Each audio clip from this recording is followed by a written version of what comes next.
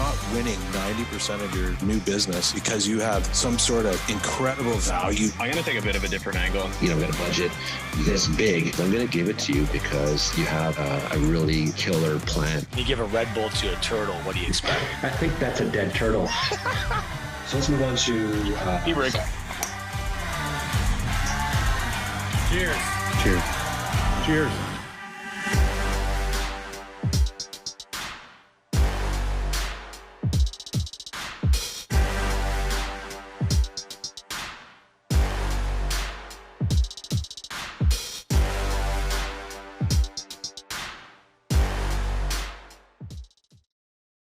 Does your current premium finance company lock you into long-term agreements? That's because they don't want you talking to us. At IFS, we win your business the good old-fashioned way, with customer service. I know you don't always have to use a premium finance company, but when you do, you should use IFS. Cheers. Hi there, and welcome to another episode of the Digital Insurance Point podcast. I'm your host, Tom Reed. As always, I'm joined by my colleagues, Adam Mitchell, CEO of Mitch Insurance. Hello. Steve Earle, CEO of Cheap Insurance. Good day. Jeff Roy, CEO of Excalibur Insurance. Welcome, everybody. And we are very pleased to also be joined by Carol Jardine, now officially retired president of Wawanesa. Carol, thanks very much for joining us. Well, Tom, I actually have 7 more hours. Oh, 7 more hours. Okay, so we're jumping the gun. Okay. I didn't know you worked till 11 o'clock at night. Every night. Okay. All right, so well, that's one thing we didn't know about Carol already, and I'm going to pass the talking stick over to Jeff so you can dig into a few more things that people may or may not know about Carol. Jeff, over to you. Yeah, Carol and Greg, congratulations on your last few hours, and thanks for spending a few of them with us, or an hour. This is kind of our speed round, so our listeners get to know you. Almost everybody across Canada already knows you anyway, but we always like to pry in a little bit and ask a few questions. Let's start off with music. What is your favorite Canadian band or artist? Oh, a Canadian band. Neil Young. Neil Young, that's a great one. Great one. Who is your favorite band then? If it's not Neil Young and Canadian, what's your favorite musician? My favorite band, Chicago. Chicago, nice. Beverage of choice. You've had to do a lot of insurance functions, and when somebody says, "Hey, what do you want to drink?" What is your favorite drink to get through those insurance meetings? Uncle Val's Botanical Gin with Perrier. Oh, nice. That is very specific. I drive everybody nuts, and usually we can't get it in Canada. So then when they say, "Oh, I can't give you that," what else can I give you? So Love it. Now, when you're not leading the biggest Canadian mutual company, what do you do in your free time? Tell our listeners, what do you like to do? I spend my time riding horses. So I have a few horses. I like to import them from Europe with some trainers, and I breed horses. So anything to do with horses if I'm not at work. And where's the first place you want to go at retirement? Where do you want to travel to or do besides your farm? I have a terrible answer. I don't want to see the inside of an airport. Well, that's good. That's living your life on your own terms. Pass it over to you guys. Great answers, Carol. Carol, you've had an amazing insurance career, and can you take our listeners through how you got into the industry and the different companies you worked for along your travels? So I was pretty fortunate when I was working through school. I needed a part-time job, and I was encouraged to apply to be a claims adjuster. So I was a claims adjuster part-time while I finished off college. And when I finished chemical engineering at Seneca College, the insurance company Liberty Mutual offered me a full-time job. And when I looked at the options for chemical engineering versus insurance, I chose insurance. So, and I think when I look at my friends who went through Seneca, they've had great careers, but I think I've had a more exciting career being involved in insurance. So I started Liberty Mutual as a claims adjuster, moved up through there to be a supervisor, and was told by an older vice president of claims that he was not promoting any more female claim managers. So I found a job as a female claim manager after 8 years at Liberty, and went and worked at the Laurentian Group. And through the Laurentian Group, started doing mergers and acquisitions. We bought Gold Circle Insurance, Aetna, and I ended up at Laurentian Casualty as the vice president of claims at a pretty young age, actually. I'm still surprised that I was doing that in my 30s. And left the Laurentian Group to join Sun Alliance at a really cool time where they wanted to transform the company. And though we started and did a pretty good job, we got sold. We were the first company internationally to be sold by Sun Alliance to Royal. And I was the vice president of claims at Sun Alliance at the time.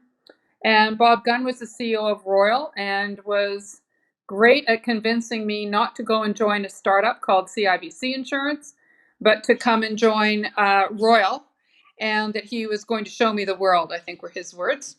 And he did a really good job. He took me out of claims and put me into different roles, allowed me to be part of a strategy think tank.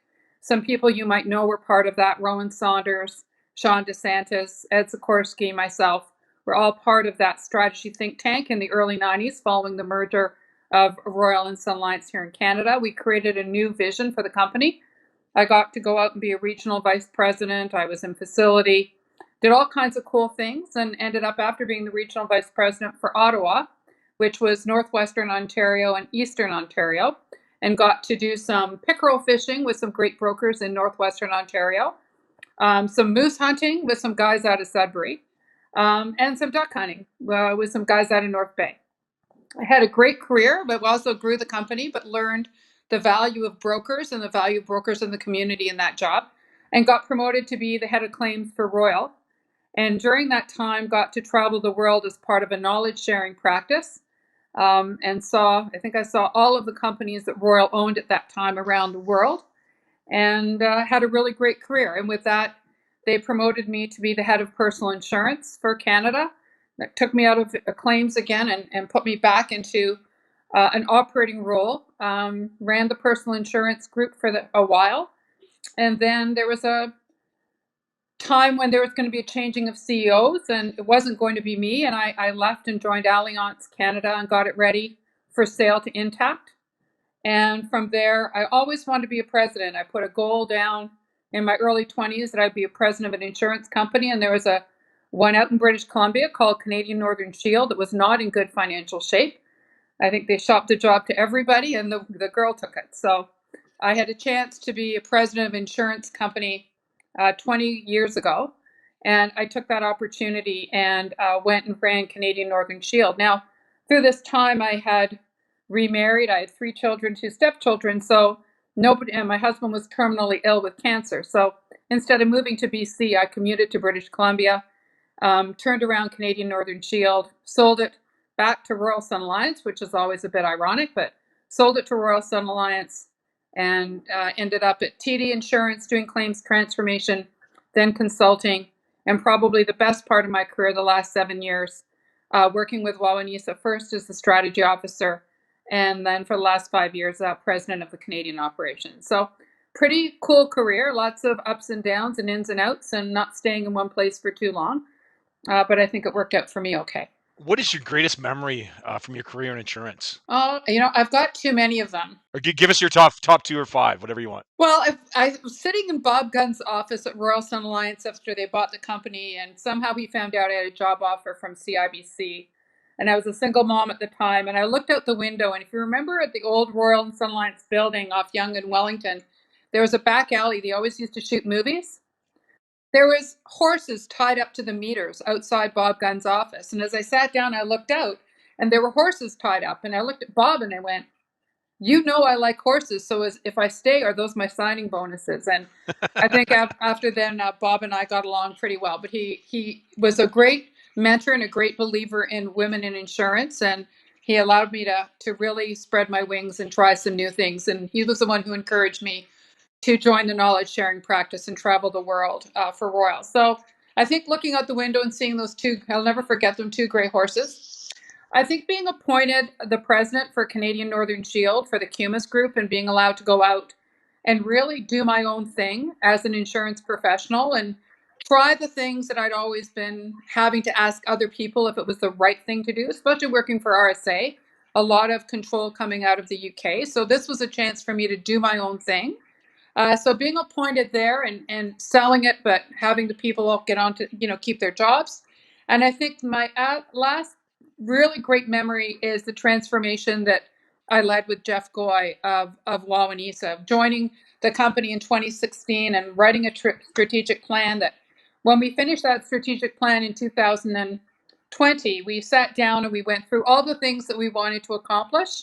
The innovation, the transformation, the technology, the underwriting performance, and we ticked all the boxes. And I don't think I could be any more proud of working with a company that really wanted to deliver a transformation, being able to say that we ticked all the boxes. So, Carol, other than being stuck with Adam, Jeff, and Steve in a box at an NHL game, what is your worst memory? If I really think, the one piece that I think about a lot is being a field adjuster in Oshawa, Ontario in my early 20s, and having to work with a family whose young son had died in the back of their car in a car accident. And it was actually the parents' responsibility for the death. They made a wrong turn, and the child was in the back seat and died. And having to work with the father and the mother through that situation, explaining what we could do to help them, and going to the funeral, which is what Liberty Mutual had us do back then, was going to the funeral. I think that's the worst memory for my career insurance, but it also reminds me every day why we're here. We're here when really bad things happen to really good people. We're here to help them get through it, whether it's financially, whether some of it's emotionally, but really to let them know the value of the insurance policy, and that they're paying significant amounts of money every year for that piece of paper.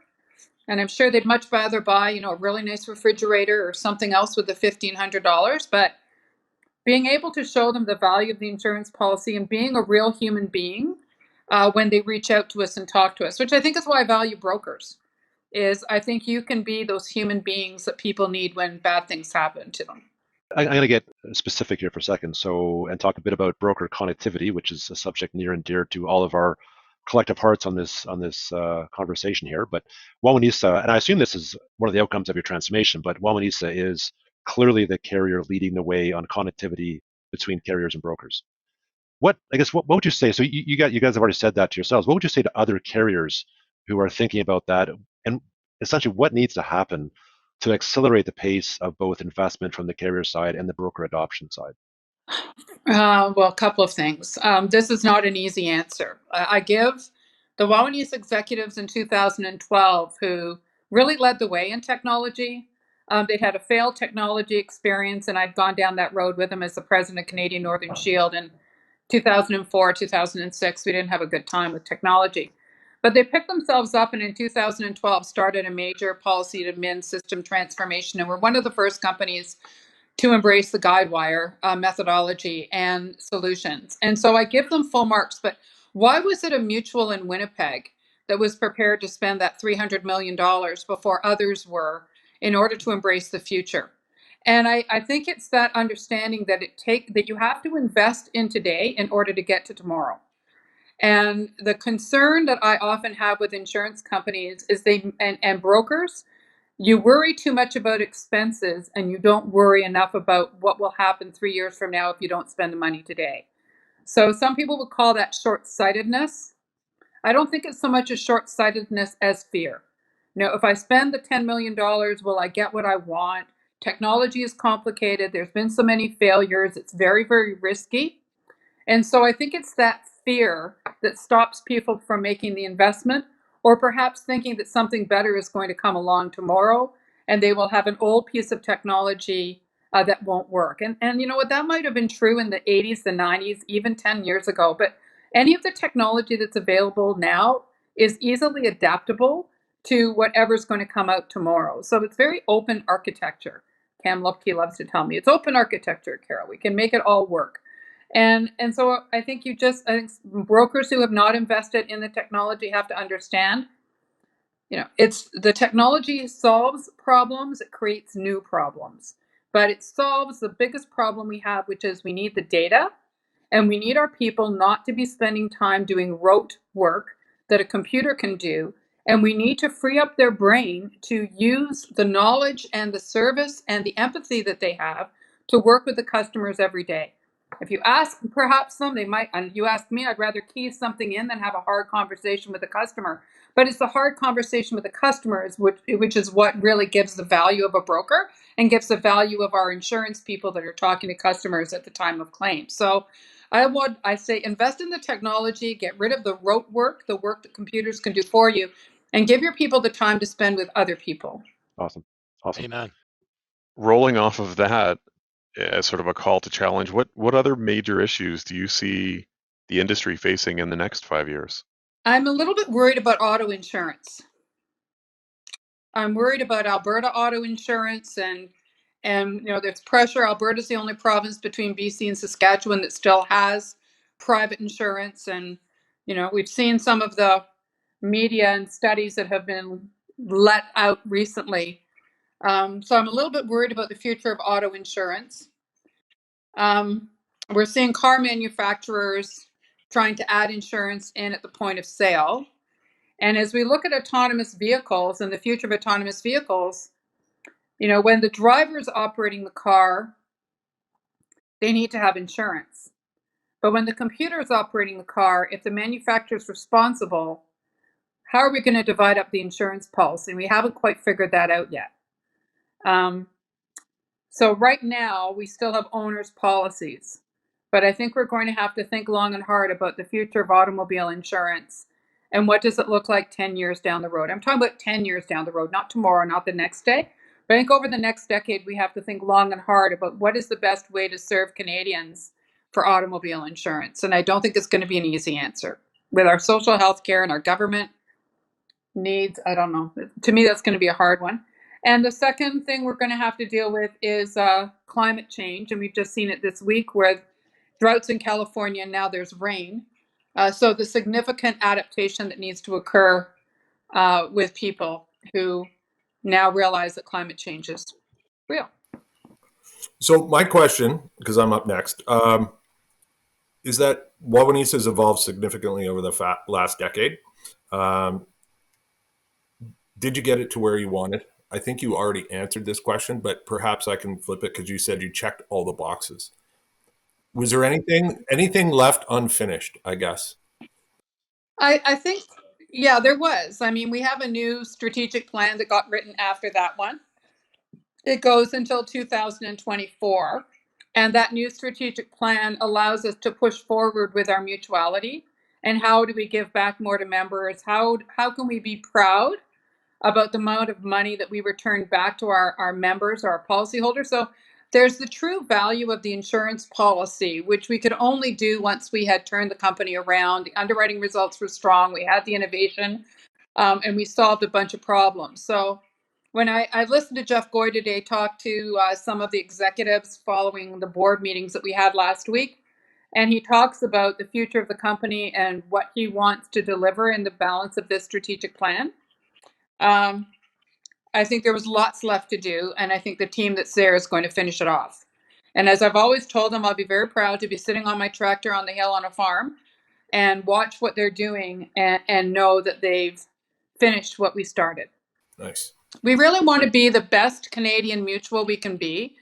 We really want our people who buy the insurance policies, we're calling them members, because we want them to understand they're part of a community. We're sharing the premiums.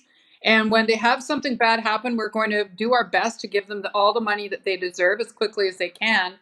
So we really want to stand out in brokers' offices and give you something else to sell, which will be a social purpose insurance company.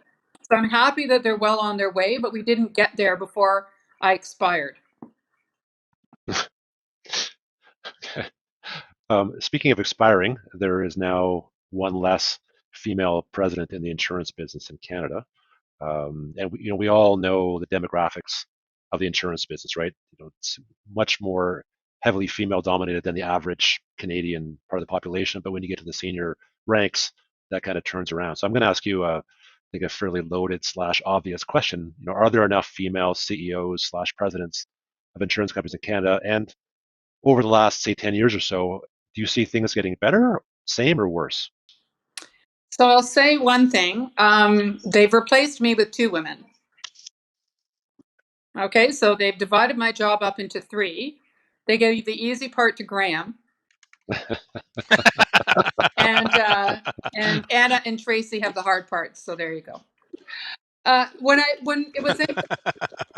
it was interesting because we got together for a recent retirement on the leaders. Valerie Lavoie is heading Desjardins. Before her, Barbara Bellissimo was head of State Farm. Sylvie Wright's at Northbridge. Heather Masterton's at Travelers. There's myself at Wawanesa, though Jeff is the CEO. I got to be the president. Before us, Kathy Bardswick was one of my role models at Cumis when I was there. And when I was at Royal, we had Linda Matthews step in for Bob Gunn. So I think over the last 40 years of my career, I think it's got a lot more equal between white Caucasian males and white Caucasian females if you want to be a CEO. But the difference is you have to want to do it. You won't have to give up a lot of yourself in order to pursue these jobs. Not a lot of women would leave 5 children with a terminally ill husband and fly to British Columbia for 3 years. And my kids can tell you how awful I was to do that. So not all people want to do that role. So, and I think it's harder for women sometimes because we feel a responsibility toward the family. Not that men don't feel it, but sometimes we're just bred that way. But I think as the women are coming up in their 20s and 30s and the equality within our culture is becoming more normalized, I think it's just easier for women to make those choices. So the head of IBC is a woman, the head of Equite Association is a woman. And so I think there's much more equal distribution and equal opportunity. What worries me more are people of color and people of different sexual orientation that are visible. So visible minorities more than gender bias is my concern. And Barbara Bellissimo and I teach at York University a class in the risk management course. When I look up at those 300 students who come to hear my particular section, I'm sure there's more people show up to others, but it's a huge group when Barbara has me come. I look at the diversity of that population that's coming into insurance, and I want to make sure that that diversity of population does not go through some of the same challenges that some of us did of some form of bias that was in existence due to gender. I don't want to see that same bias come through around people of color or people of sexual orientation. So, we really have to work hard to have our organizations reflect our community, but also to train new people who want to become CEOs to get that job. And again, not everybody wants to do the job. So this might give you one of your first wishes, but if you had 3 retirement wishes to bestow on the industry, what 3 things would you fix? I think the first thing I've been speaking to people about is to speak proudly about the work that we do. I think one of the reasons that we haven't always been successful in attracting top talent to our great industry is we haven't been prepared to talk about the $200 million that we just invested in this community to build back after a disaster, or the effort that we put into to stop flooding from occurring. It's too easy for people to criticize insurance because that's just low-hanging fruit. But how many times do we actually defend our position and say, hey, wait a second, for automobile insurance, we're giving back 70, 75 cents of every dollar back, fixing cars, fixing people, doing what we need to do. We really have to be proud of the work that we do. And when we hear people speaking poorly about our industry, we really have to speak up. It might be in the grocery store, it might be on an airplane, it might be in a lineup. My favorite is in the back of taxi cabs with the taxi cab drivers when they find out what I do. But I think we all have to be proud and speak well of the work that we do. And when people are not speaking well of us, whether it's Facebook or social media, don't hesitate to wade in. And on my social media account, which is all horses, when people speak poorly about insurance, I always weigh in and say, look, I work in the insurance community. If you'd like some help, PM me, and happy to see if I can't help get you sorted out. And so far, very few people have taken me up on it, but those that have, I tell them I'm not an adjuster, I'm not a broker. Let me just see if I can explain things to you. And I just do it simply and clearly. It usually adds some value. People just don't understand what they're buying when they buy insurance. So be proud of what we do. Spend more time and money on preventing losses and being good risk managers. We know how you protect your property from loss. People don't want to have claims. They joke about it, but they really don't want their house to burn down or their car to get stolen or bad things to happen to them. So what can we do to provide more information on prevention?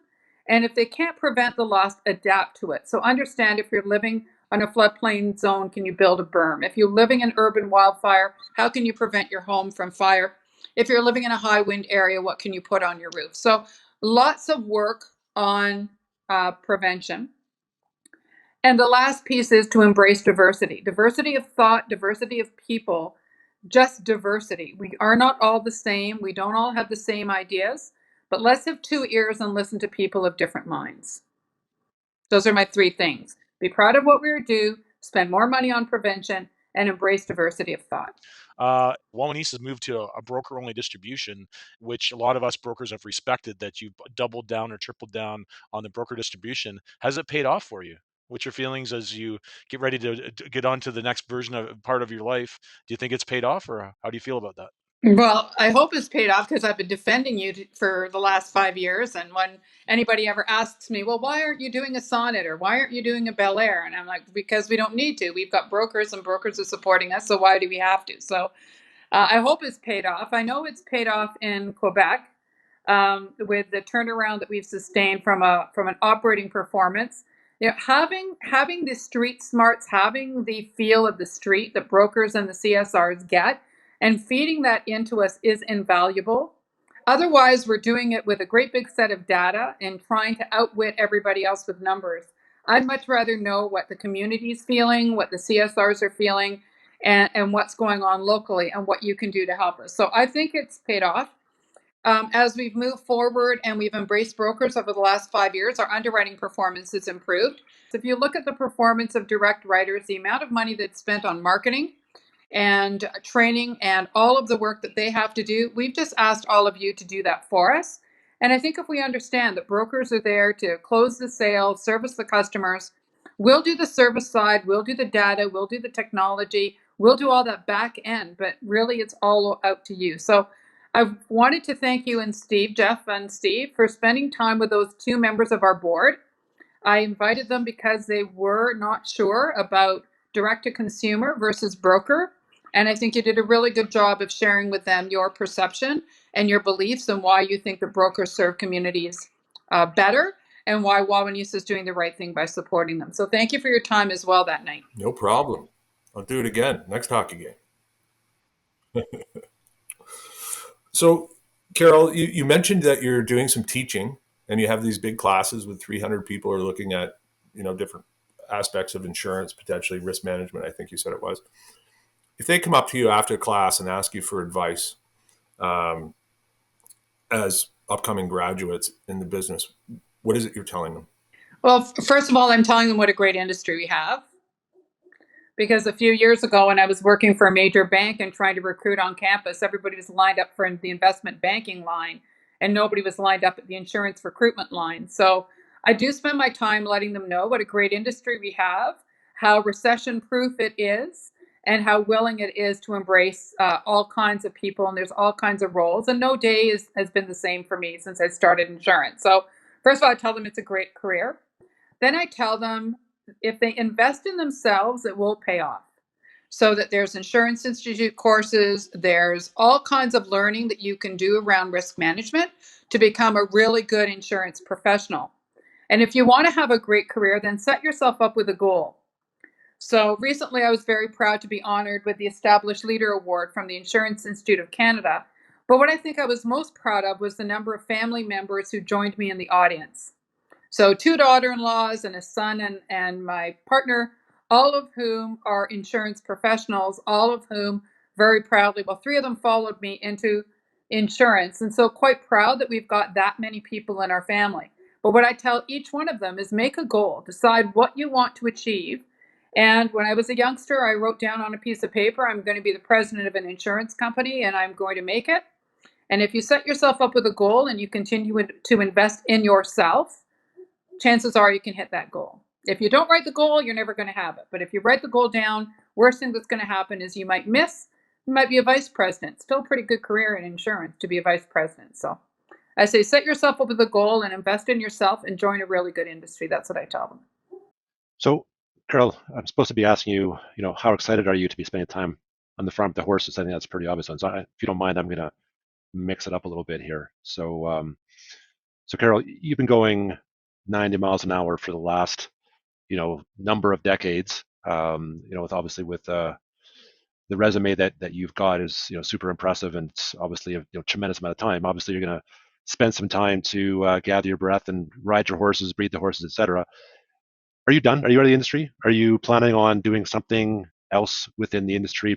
Maybe not full time, but are you planning on getting back in the saddle, so to speak, after you've had time to decompress? So first of all, I think COVID and Wawanesa's distributed work program has kind of helped me get ready for this. So I've now been home for a while and in and out of the office. So I'm feeling more ready to be retired. How's that? So, am I finished with insurance? No, I'm not finished with insurance. No, Jeff Goy said something to me today, which is resonating with me. There's lots of knowledge in our business, but not necessarily wisdom. And I think I've got some wisdom that I could share with people. And so if people want my wisdom, I'm going to be more than willing to share it. Sometimes young people don't want to hear from the older generation because they don't think we've got much value, and I'm okay with that too. But if some people are asking me for wisdom, I'm more than willing to share wisdom. I don't want people making the same mistake over and over again. If I can help them see a different way, not the old way, but a different way to make things work, then I'm willing to do that. So I have applied for some board work. I've got some interviews coming up with some boards, so I'll see how that goes. I'd like to do work with healthcare because I think our healthcare system needs some help. I'd like to do some work with our regulator in Ontario. So yeah, if anybody is looking for my wisdom, I'm happy to share it. But if it's not there, then I'll sit on the tractor and spend my life up here. Now that you're retiring, what's the one thing that you'd like to say or wish you had what's the one thing you'd like to say but couldn't? Well, I have to be honest that people have been commenting on my honesty, my transparency, and my clarity through my career. I don't think I have anything that I wish I would have said that I didn't. I think I have more things that I wish I never said. I don't have anything that I wish I could have said. And I think that's just true to who I am. Fair enough.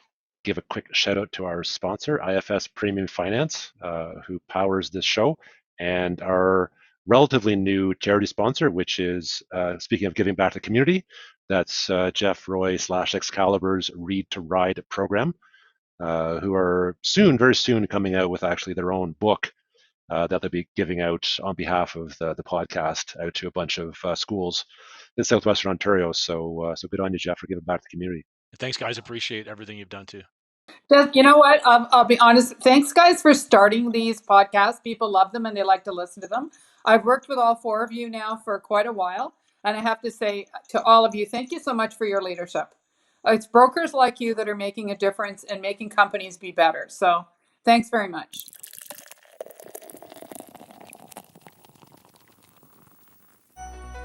Is retention important to your brokerage? Of course it is. That's why at IFS, we have a cancellation prevention process. Want more details? Give us a call. I know you don't always use a premium finance company, but when you do, you should use IFS. Cheers.